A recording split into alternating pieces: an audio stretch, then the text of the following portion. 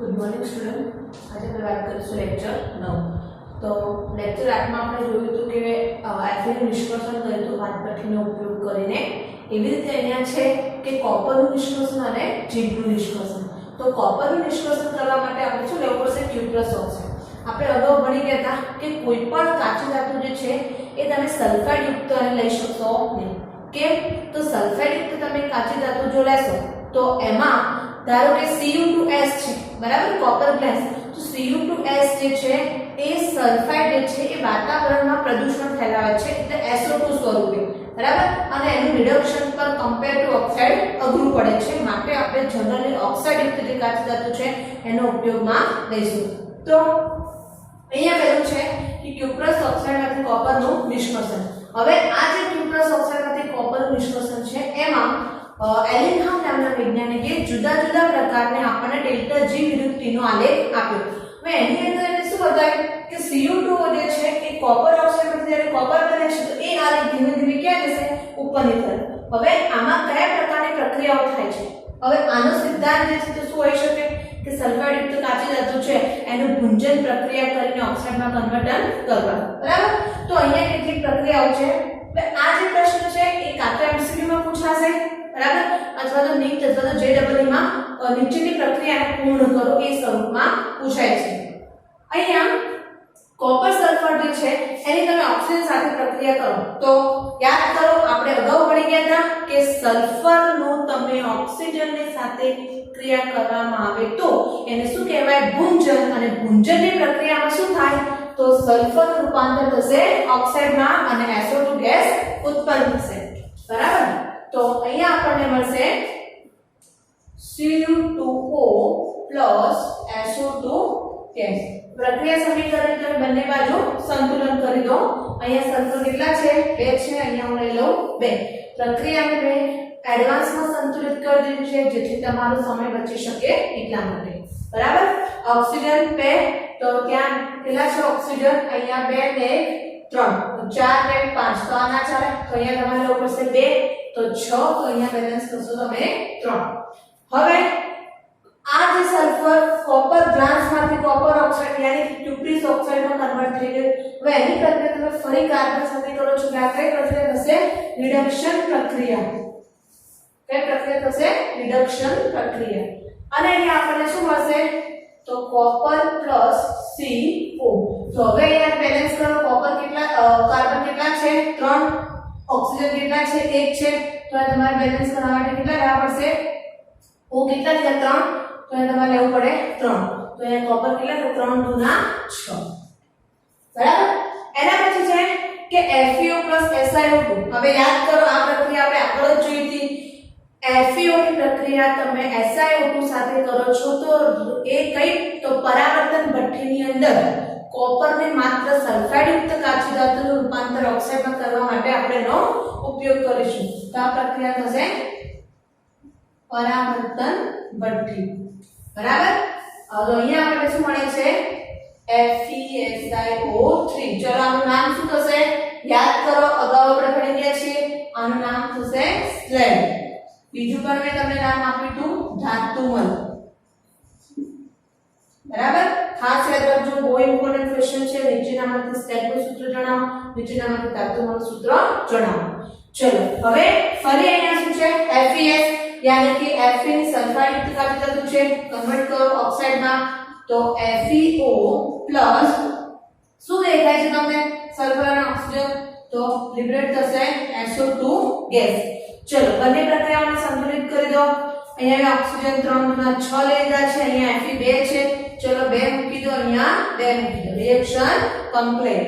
ચલો નેક્સ્ટ તો ફરી આ રિએક્શન છે, કટ કોપી પેસ્ટ કરી દઉં છું અહીંયા, બરાબર। આ રિએક્શન હું શું કરું છું? અહીંયાથી કોપી કરીને અહીંયા પેસ્ટ કરી દઈએ તો આપણને આવું મળશે 2 mall Cu2O plus 2 mall SO2। જ્યાં દિમાગ ના દોડાવવાનું હોય ત્યાં બિલકુલ દોડાવવાનું નથી, બરાબર। ચલો હવે અહીંયા બહુ ઇમ્પોર્ટન્ટ ક્વેશ્ચન છે આ રિએક્શન JEE યાદ તો ગુજકેટમાં પૂછાયેલી છે।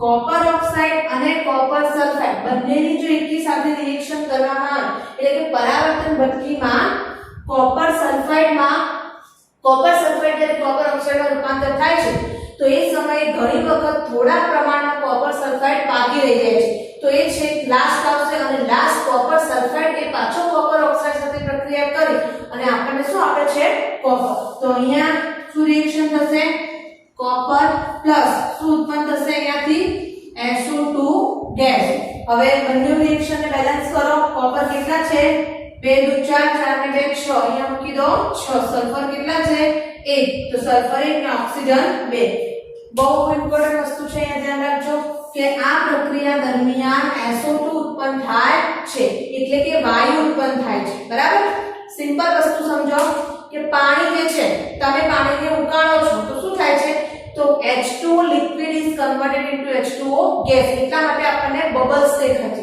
પાણી ઉપર ફોલ્લા થયા હોય એવું દેખાય છે તો અહીંયા પણ એવું કહેવા માંગે છે કે આ લાસ્ટ રિએક્શન જ્યારે થાય છે પરાવર્તન મુઠ્ઠીમાં એ સમય દરમિયાન SO2 ઉત્પન્ન થવાના કારણે આ જે આપણને કોપર મળે છે કેવું હશે લિક્વિડ ફોર્મમાં કોઈ પણ મેટલ આપણને શુદ્ધ સોલિડ ફોર્મમાં મળશે નહીં આપણને કયા ફોર્મમાં મળશે લિક્વિડ ફોર્મમાં હવે લિક્વિડ છે આની ઉપર SO2 ઉત્પન્ન થાય છે તો લિક્વિડ તમે એને ગરમ કરો છો તો ઉપર બબલ્સ થાય છે એટલા માટે આને શું કહેવામાં આવે છે ફોલ્લા વાળું તાંબુ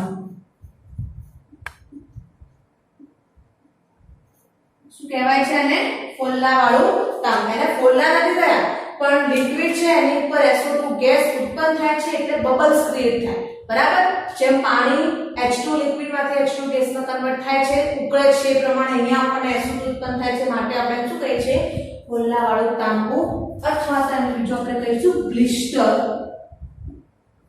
કોપર શું કહીશું બ્લિસ્ટર કોપર બરાબર તો આ પ્રમાણે આપણે ક્યુપ્રસ ઓક્સાઇડમાંથી કોપરનું નિષ્કર્ષણ બહુ ઇમ્પોર્ટન્ટ રિએક્શન્સ છે થિયરી ક્યારેય પૂછાશે નહીં બરાબર ઓન્લી ફોર રિએક્શન્સ પૂછાય છે તો તમારે અત્યારે હેન્ડલ કરવાનું ઓકે ચલો એના પછી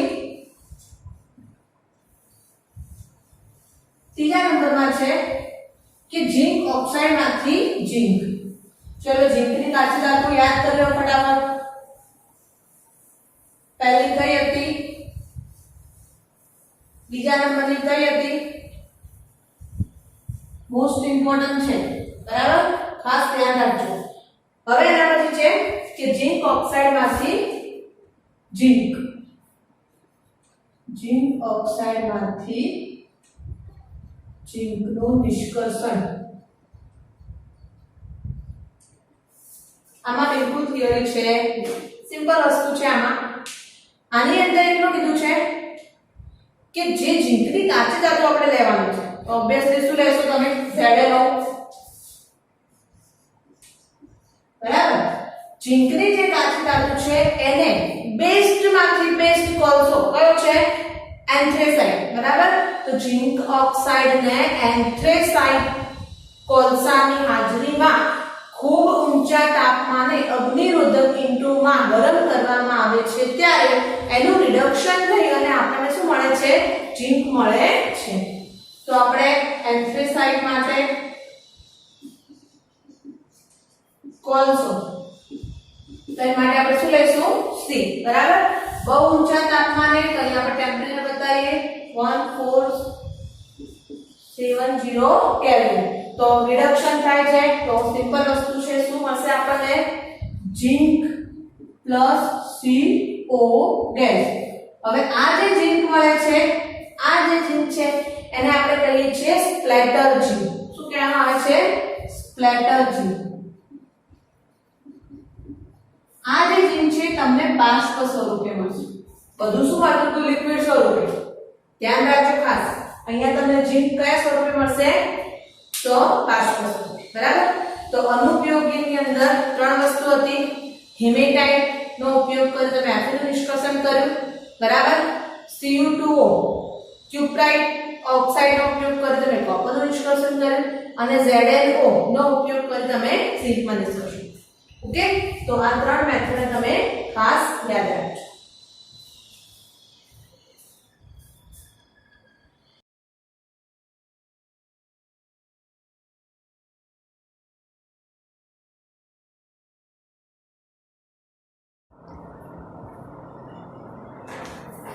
એના પછી હતું આપણે ધાતુ કર્મ વિધિના રાસાયણિક સિદ્ધાંતો. તો ધાતુ કર્મ વિધિના જે રાસાયણિક સિદ્ધાંતો છે તો એની અંદર આ પોઈન્ટ ઇમ્પોર્ટન્ટ છે. આ જે ક્વેશ્ચન છે ખાલી એમસીક્યુ માટે છે. હવે અહીંયા રાસાયણિક સિદ્ધાંતોને સમજવા માટે આપણને ઇલેક્ટ્રોકેમિસ્ટ્રી ખબર હોવી જોઈએ, બરાબર? તો આપણે ઇલેક્ટ્રોકેમિસ્ટ્રીની અંદર ડિટેલમાં થોડું જોઈશું. અહીંયા હું તમને ઉપર છેલ્લી વાત કરું છું કે વિદ્યુત વિભાજનનું રિડક્શન. હવે કોઈ પણ આપણે 10મા ધોરણમાં ભણી ગયા કે કોઈ પણ વિદ્યુત વિભાજન દ્રાવણ તમે રિડક્શન કરો છો તો શું મળશે? તો એનોડ ઉપર ઓક્સિડેશન થશે, કેથોડ ઉપર રિડક્શન થશે, બરાબર? હવે એનું રિડક્શન થઈ તમને શું મળશે? ધાતુ. તો આપણે આખા મેટલોજી ચેપ્ટર ની અંદર શું મેળવવાનું છે?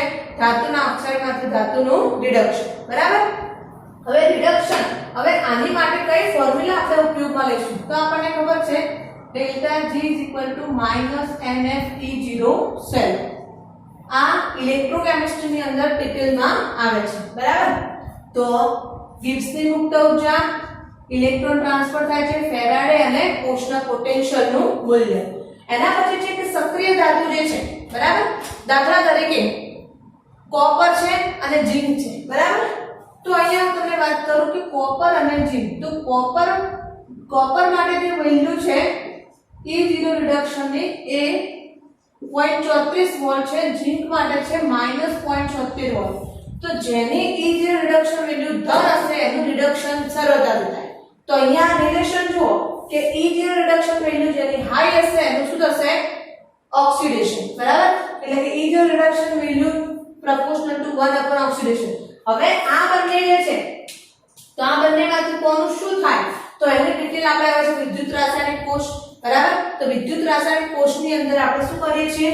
તો વિદ્યુત રાસાયણિક કોષમાં એક પાત્ર છે એમાં આપણે ZnSO4 નું દ્રાવણ ભરીએ છીએ, બીજા પાત્રમાં તમે CuSO4 નું દ્રાવણ ભરો છો. આની માટે થોડુંક દિમાગ પર જોર આપો, યાદ કરો રેડોક્સ ચેપ્ટરનો છેલ્લો ભાગ, બરાબર? તમને ભણાવેલો છે. તો આની અંદર ઝિંક વિદ્યુતઋ મૂકો, કોપર વિદ્યુતઋ મૂકો, અહીંયા તમે શું મૂકશો? બ્રિજ મૂકો છો, ક્ષાર સુધી મૂકો. તો શું રિએક્શન થાય? તો આમાં થશે Zn+2 એટલે કે G. આ Zn+2 શેમાંથી બને છે? તો ઝિંકમાંથી.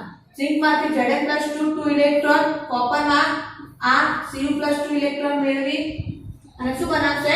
Copper S. તો અહીંયા આખા ઇલેક્ટ્રોકેમિકલ સેલની રચના થાય છે.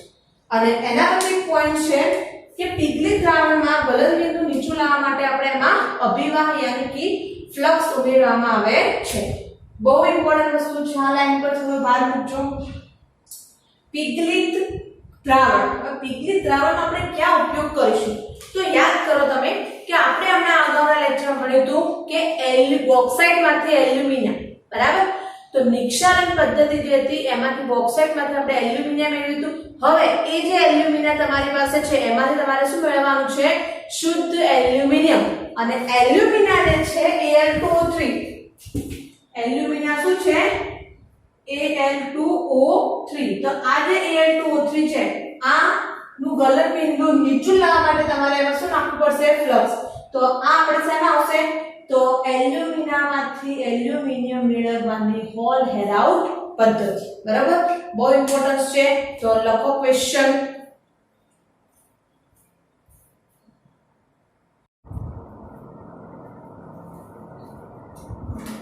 ચલો આપણો પ્રશ્ન હતો કોઈ હોલ હેરાઉટ પદ્ધતિ દ્વારા એલ્યુમિનિયમમાંથી એલ્યુમિનિયમનું નિષ્કર્ષણ. બહુ ઇમ્પોર્ટન્ટ ક્વેશ્ચન છે. અહીંયા સૌથી પહેલા આની આકૃતિ દોરી દેવાની, બરાબર? 3 માર્કનો પૂછાયેલો પ્રશ્ન છે. આકૃતિ દોર્યા પછી એનું કમ્પ્લીટલી તમારે લેબલિંગ કરી દેવાનું. આકૃતિમાં શક્ય હોય એટલું વધારે લેબલિંગ કરશો તો થિયરી લખવામાં કંઈ વાંધો આવશે નહીં. તો સૌથી પહેલા અહીંયા હું પદ્ધતિ પૂરી વાત કરું છું. તો પદ્ધતિમાં શું છે કે એક લોખંડનું પાત્ર લીધું છે, લોખંડના પાત્રની અંદર કાર્બન સ્તરયુક્ત ગ્રેફાઇટ લીધું છે જે કેથોડ તરીકે વર્તે છે. એમાં કોપરના ક્લેમ્પ વડે અહીંયા કાર્બનના સળિયાને જોડેલા છે. અહીંયા કાર્બનના સળિયા 4 જ જોડવા એવું જરૂર નથી, બરાબર? તમે 4 થી બી વધારે જોડી શકો છો, પણ એટલીસ્ટ 2 કે 2 થી વધારે તમારે અટેચ કરવા પડશે. એનું કારણ છે કે આખી પ્રક્રિયા દરમિયાન છેલ્લે વાક્ય આવશે કે ભાઈ કાર્બનના સળિયા એ એનોડ તરીકે વપરાય છે. એટલે જે એનોડ તરીકે વપરાય છે એટલે સ્વાભાવિક છે એનું ઓક્સિડેશન થશે અને ઓક્સિડેશન થવાથી એ ખવાઈ જાય છે. એટલા માટે તમારે 2 કે 2 થી વધારે સળિયા આકૃતિમાં બતાવજો. હવે આ જે કોપરના ક્લેમ્પ છે, કોપરના ક્લેમ્પને મેં અહીંયા પીગલિત Al2O3 અને એમાં અભિવાર તરીકે શું લીધેલું છે તો Na3Al6 यानी कि સોડિયમ આને કહેવાશે ક્રાયોલાઇટ ટેબલ યાદ કરો કાચી ધાતુ એલ્યુમિનિયમ ની અમારે તમને કયું નામ છે ક્રાયોલાઇટ અથવા આ ના લેવું હોય તો બીજું તમે લઈ શકો છો CaF2 feldspar બરાબર તો આની અંદર આ જે છે વિદ્યુત વિભાજક તરીકે વર્તે છે એનોડ પર શું ઉત્પન્ન થશે CO અને CO2 ગેસ ઉત્પન્ન થશે કેથોડ પર શું મળશે આપણને ધાતુ સ્વાભાવિક છે કે કોઈ પણ વિદ્યુત વિભાજનની અંદર કેથોડ પર તમને હંમેશા ધાતુ જ મળશે બરાબર તો હવે અહીંયા હું પ્રક્રિયાઓ સ્ટાર્ટ કરું છું પ્લીઝ પ્રક્રિયાઓ તમે હું જે લખાવું છું એ પ્રમાણે લખજો ટેક્સ્ટ બુક માંથી તમારે ડાયરેક્ટલી રિએક્શન લખવાની નથી હા આ ક્વેશ્ચન 2 માર્ક્સ નો પૂછાય તો તમે ડાયરેક્ટલી રિએક્શન લખી શકો છો પણ એમાં ભૂલ થવાની શક્યતાઓ વધારે છે એટલા માટે તમારે શાંતિથી સમજી વિચારીને પ્રક્રિયાઓને લખવાની ચલો તો અહીંયા આપણે સ્ટાર્ટ કરીએ તો પ્રક્રિયાઓ છે તો કઈ પ્રક્રિયાઓ તો વિદ્યુત વિભાજન કોષમાં થતી પ્રક્રિયાઓ અહીંયા આપણે થોડું ચેન્જ કરી નાખીએ છીએ હેડિંગ વિદ્યુત વિભાજન કોષમાં થતી રાસાયણિક પ્રક્રિયા બરાબર ક્લિયરિફાઈ જરૂરી છે એકદમ શાર્પ નજર રાખજો અહીંયા શું થશે સૌથી પહેલી વસ્તુ તો મેં તમને અહીંયા પહેલા કહી દીધું છે કે કાર્બન જે છે એ એનોડ તરીકે વર્તે છે બરાબર તો કાર્બન એનોડ તરીકે વર્તે તો આપણે એનોડ પર શું લેવું પડશે સૌથી પહેલા કાર્બન યસ આપણને ખબર છે કે અહીંયા બે વાયુ ઉત્પન્ન થાય છે CO carbon monoxide and carbon dioxide તો આપણે અલગ અલગ બે રીતે રિએક્શન આપવી પડશે બરાબર તો પહેલી રિએક્શન હું આપું છું તો અહીંયા એનોડ ઉપર અને અહીંયા થશે કેથોડ ઉપર તો પહેલી વસ્તુ કે ભાઈ એનોડ ઉપર શું થાય તો એનોડ માં શું લેવાનું છે કાર્બનના સળિયા એટલે કાર્બનનો સળિયો એટલે આપણી માટે કહેવાશે C ફોર કેમિસ્ટ્રી અહીંયા આપણે લઈએ કાર્બનનો સળિયો સોલિડ છે હવે એની સાથે કોણ રિએક્શન કરશે તો શેનું દ્રાવણ છે Al2O3 નું જે દ્રાવણ છે એમાં Al2O3 જે છે એમાંથી ઓક્સિજન ઉત્પન્ન થશે એટલે કે Al+3 અને ઓક્સિજન -2 તો એમાંથી આપણને શું મળશે O -2 અને અહીંયા બંનેની પ્રક્રિયા થઈ શું બનશે CO+ એટલા ઇલેક્ટ્રોન ઉત્પન્ન થશે જેટલો ચાર્જ છે એટલા ઇલેક્ટ્રોનને ઉત્પન્ન તમારે કમ્પલસરી કરવા પડશે ઓકે હવે કેથોડ પર તો Al2O3 માંથી એલ્યુમિનિયમ બાકી રહી ગયો ઓક્સિજન ત્યાં વપરાઈ ગયો તો અહીંયા આપણે શું લઈશું કે એલ્યુમિનિયમ નો ચાર્જ શું +3 કેટલા ઇલેક્ટ્રોન મેળવશે 3 ઇલેક્ટ્રોન મેળવીને શું બનાવશે એલ્યુમિનિયમ આને કહું છું રિએક્શન 2 હા બરાબર તમે એમ જોશો તો અહીંયા ઇલેક્ટ્રોન નું બેલેન્સ છે નહીં બરાબર ઓલરેડી આયોનિક રિએક્શન છે એટલે એમાં ઇલેક્ટ્રોન નું બેલેન્સ જરૂરી છે તો અહીંયા અને અહીંયા કોને કેટલા વડે ગુણવા પડશે વિચારો પ્રક્રિયા એકને કેટલા વડે ગુણવું પ્રક્રિયા બેને કેટલા વડે ગુણવું તો ઇલેક્ટ્રોન બેલેન્સ થશે તો આપણો રૂલ છે 3 હોય ત્યાં 2 વડે 2 હોય તો 3 વડે તો અહીંયા લખવાનું કે આ રિએક્શનને મારે 3 વડે ગુણવાનું અને આ સમીકરણને મારે 2 વડે તો હવે મારું નવું સમીકરણ જનરેટ થશે અહીંયા આપણે લઈશું ફરી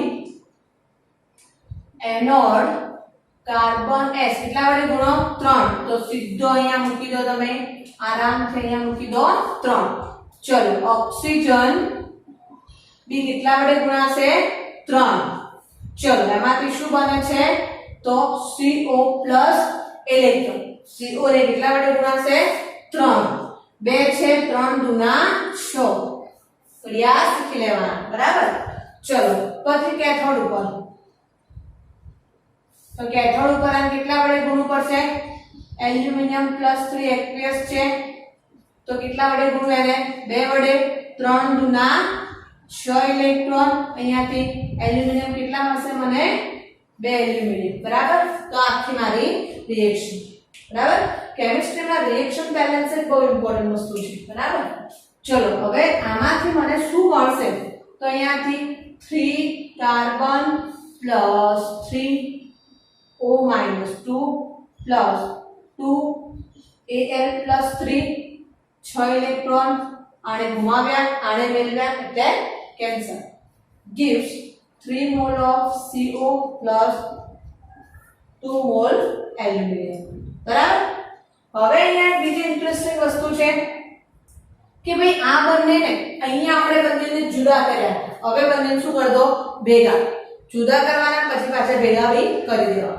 બરાબર તો અહીંયા આપણને શું મળશે 3 કાર્બન કેટલા છે 2 mol of Al એવું લખાય અથવા તો Al2O3 gives 3 mol of CO plus 2 mol of aluminum તમારી રિએક્શનમાં તમને જે બુકમાં આપેલી છે એ આ રિએક્શન છે તમારે આવી ડાયરેક્ટ ગોખવી હોય તો તમારી ચોઈસ છે બરાબર મને કોઈ વાંધો છે નહીં તો આ પ્રમાણે આપણને શું મળશે એનોડ ઉપર કોપર CO વાયુ અને કેથોડ ઉપર એલ્યુમિનિયમ ધાતુ બરાબર હવે ફરીવાર શું ઉપયોગ કરવાનો છે CO2 સેમ ટુ સેમ છે વધારે બુદ્ધિ દોડાવવાની જરૂર બિલકુલ નથી ખાલી શું કરવાનું છે અહીંયા બગડો મૂકવાનો CO2 ઉત્પન્ન કરવાના છે બરાબર હવે હું અહીંયા કોપી પેસ્ટ નહીં કરું બરાબર આપણે નવેસરથી લખીશું તો અહીંયા હું નવેસરથી લખું છું એનોડ તો એનોડ ઉપર શું છે કાર્બન પ્લસ O-2 gives હવે શું ઉત્પન્ન થશે અહીંયા જે CO મળતો એ બદલે CO2 હવે ઓક્સિજન કેટલા ત્યાં ઓક્સિજન 2 તો અહીંયા મૂકો 2 તો 2 ગુણ્યા 4 કેટલા ઇલેક્ટ્રોન રિમૂવ કરાય 4 ઇલેક્ટ્રોન ધ્યાનમાં રાખજો એના પછી કેથોડ તો કેથોડ ઉપર શું છે એલ્યુમિનિયમ +3 ઇલેક્ટ્રોન gives એલ્યુમિનિયમ બરાબર ફરી અહીંયા પાછો એનો પ્રોબ્લેમ આવ્યો પેલામાં 4 છે આમાં 3 છે સમીકરણ સંતુલિત નથી તો સમીકરણને સંતુલિત કરવા માટે શું કરશો બુદ્ધિ હોય તો થોડી વાપરજો 4 અને 3 કેવી રીતે સંતુલિત થશે બરાબર તો આને કેટલા વડે ગુણવું પડે 3 વડે આને ગુણવું પડે 4 હવે હું ડાયરેક્ટ એડ કરું છું બરાબર તો આને હું 4 વડે ગુણું છું ચલો 4 અહીંયા 4 દુ થશે 8 અહીંયા 4 અને અહીંયા સોરી 2 વડે નહીં ગુણવાનું કેટલા વડે ગુણવાનું છે ને 3 વડે બરાબર ચલો આવું હતું 3 વડે ગુણવાનું છે એટલે અહીંયા થશે 3 અહીંયા થશે 3 અહીંયા થશે 3 4 તરી અહીંયા થશે 12 હવે આ કાઢી નાખો અને આપી દો રિએક્શન નંબર 3 નીચે વાળા કેટલા વડે ગુણશો 4 વડે તો 4 તરી 12 અહીંયા 4 અને એટલે કેન્સલ કરી દો રિએક્શન 4 ફરી એને તમે હોલ રિએક્શન લખશો આને શું કહેવાશે આ રિએક્શન થઈ તમારી રેડોક્સ રિએક્શન બરાબર તો હવે અહીંયા 12 ઘુમાવ્યા 12 મેળવ્યા કેન્સલ આઉટ તો કટ કોપી કરો 3 carbon S plus 3 oxygen minus 2 plus 4 mole of aluminum plus 3 gives 3 mole of CO2 gas plus 4 mole of aluminum બરાબર તો ફરી આને આપણે ફરી જુદા કર્યા હતા પાછા ભેગા કરી દો તો શું કરવું પડશે જે જુદા થાય એ ભેગા થશે ક્રોસમાં ભેગા નહીં કરવાના બરાબર તો આ તો કોપી પેસ્ટ પ્લસ હવે એલ્યુમિનિયમ કેટલા છે 4 એલ્યુમિનિયમ ને આપણે એવું ના લખી શકીએ કે 4 મોલ AlO કેમ તો એ રાસાયણિક સૂત્રના વિરોધી છે કોઈ પણ વસ્તુના વિરોધમાં જવાનું નથી આપણે બરાબર નિયમને ધ્યાનમાં રાખવાનું છે તો અહીંયા શું લખાશે તો અહીંયા Al2O3 જ લખાય હવે સિમ્પલ ખાલી એલ્યુમિનિયમ ને બેલેન્સ કરી દો તો બેલેન્સ કરવા માટે 4 છે ને અહીંયા 2 છે તો શું મૂકવું પડે બગડો તો 3 ઓટોમેટિક થઈ ગયા હવે અહીંયા કેટલા છે જુઓ આમાં શું હતું 3 દુ 6 બરાબર એલ્યુમિનિયમ કેટલા હતા 3 દુ 6 હવે અહીંયા આપણે કેટલા લેવા પડશે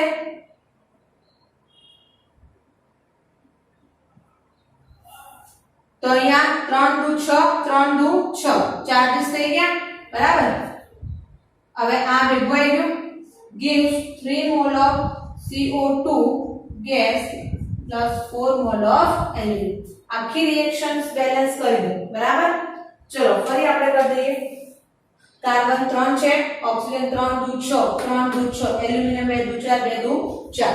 તો આ આપણી આખી રિએક્શન્સ બેલેન્સ થઈ ગઈ. બરાબર. તો આ પ્રમાણે આપણને શું મળ્યું? તો એન્ડ ઓફ ધ ઇલેક્ટ્રોલાઇસિસ વિદ્યુત વિભાજનના અંતમાં આપણને શું મળ્યું? CO2 અને CO.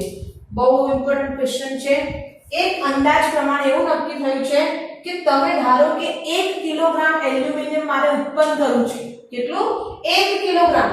તો 1 કિલોગ્રામ એલ્યુમિનિયમ ઉત્પન્ન કરવાની સાથે સાથે આ જે કાર્બનના સળિયા છે એ 0.5 કિલોગ્રામ, એટલે કે 1 કિલો એલ્યુમિનિયમ ઉત્પન્ન કરવું છે તો અડધો કિલો મારે કાર્બનના સળિયા વાપરવા પડશે, અથવા તો 1 કિલો એલ્યુમિનિયમ ઉત્પન્ન કરવા માટે 500 ગ્રામ કાર્બનના સળિયા ખવાઈ જશે. નુકસાન તો છે, પણ શું કરીશું? એલ્યુમિનિયમ તો આપણે જોઈશે, વાંધો નહીં, કાર્બનના સળિયાને આપણે ઉપયોગ કરીશું. એટલે જ્યારે આ કાર્બનના સળિયાનું ખવાણ થઈ જશે એટલે રિએક્શન આગળ થશે નહીં. તો શું થશે? રિએક્શન સ્ટોપ થશે. ફરીથી માં રિએક્શન ચાલુ કરવી હોય તો શું કરવું પડશે? કોપરના ક્લેમ્પને હું કાઢી લઈશ, કાર્બનના સળિયા બધા ફટાફટ બદલી નાખીશ, પાછું એને આની અંદર મૂકી દઈશ, તો ફરીથી રિએક્શન સ્ટાર્ટ થશે. બરાબર. વૈશ્વિક સ્તરે જે એલ્યુમિનિયમનું ઉત્પાદન છે એ 100 મિલિયન છે અને ભારતની અંદર એલ્યુમિનિયમનું જે ઉત્પાદન છે એ 1 મિલિયન છે. બરાબર. જે એલ્યુમિનિયમ છે, એલ્યુમિનિયમના બહુ ઉપયોગ છે. એલ્યુમિનિયમની ખાસિયત એ છે કે એક તો એ પોતે જે છે એ ઉભય ગુણધર્મી ધાતુ છે. બરાબર. કોઈ એસિડ બેઝ સાથે રિએક્શન આપતી નથી, બંને સાથે રિએક્શન આપે છે. ઉભય ગુણધર્મી એટલે બંને સાથે કોઓપરેટ કરે.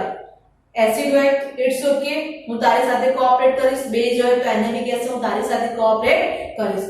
અને વજનમાં હલકી અને મજબૂત ધાતુ છે. બરાબર. એટલા માટે આપણે અહીંયા ગ્રેફાઇટના કાર્બનના સળિયા વાપરવા પડે છે તો આપણે એને વાપરીશું. બરાબર. તો આ પ્રમાણે તમે લખી નાખજો. આના પછી જે વિડિયો હશે આની અંદર થિયરી કે લખવાની હું પાછળ પેજના ફોટો પાડીને મૂકું છું. બરાબર. તો તમારે દરેક વસ્તુને નોટ્સ બનાવી દેવા. Okay, thank you.